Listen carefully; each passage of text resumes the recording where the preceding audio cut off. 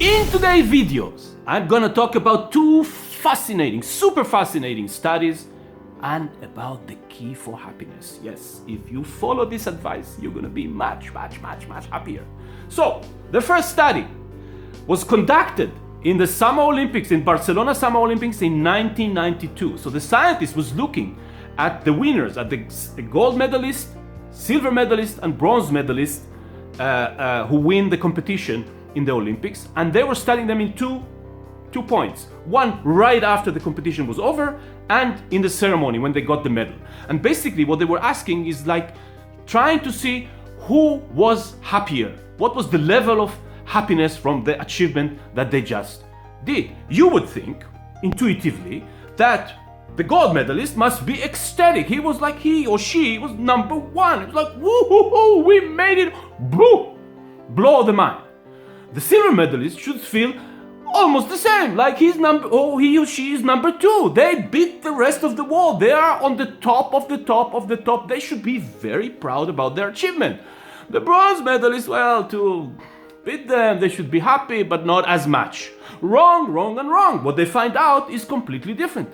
What they find out that the silver medalist was often very miserable, painfully miserable, because they were looking and thinking, oh my gosh, I almost made it. I was so close that now for the rest of my life, I'm gonna be number two. And they felt big disappointment because they were comparing their achievement to the gold medalist. They were comparing themselves to the gold medalist. Instead of enjoying the achievement, they couldn't do it because they were so close. This is called counterfactual thinking. When you compare, when you're thinking the what if, instead of looking at yourself.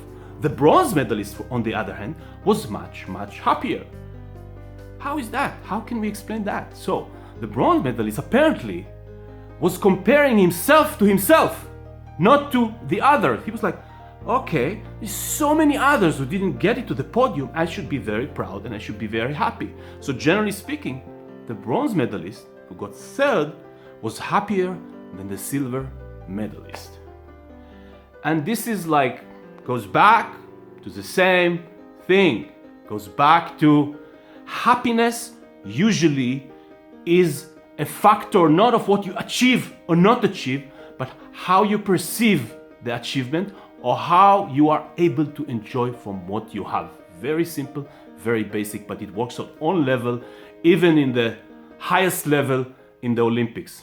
Just like that. The second study, which is kind of like correlate to this and talk about the same thing, took two different group of people, very different. It took winners lottery, and that was done back way in the 70s. Lottery winners, right? And people who recently severely got involved in a catastrophic accident that left them paraplegic or even worse. And basically the study tried to see how the level of happiness between those two groups changed after what they got or lost, and see what are the difference. And shockingly, the finding was that over time, those two groups' level of happiness went back to what it was before. In other words, what they achieve or what they lose affect very little on the level of happiness from little things in life, how they enjoy to do little things.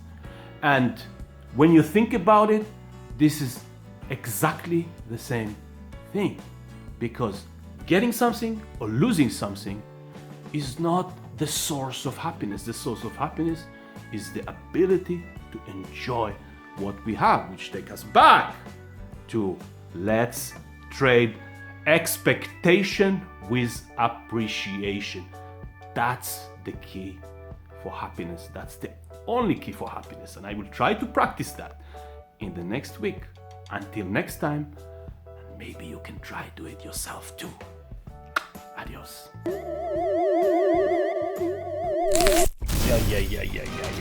Yeah. Look at this. Look at this beauty. Ooh.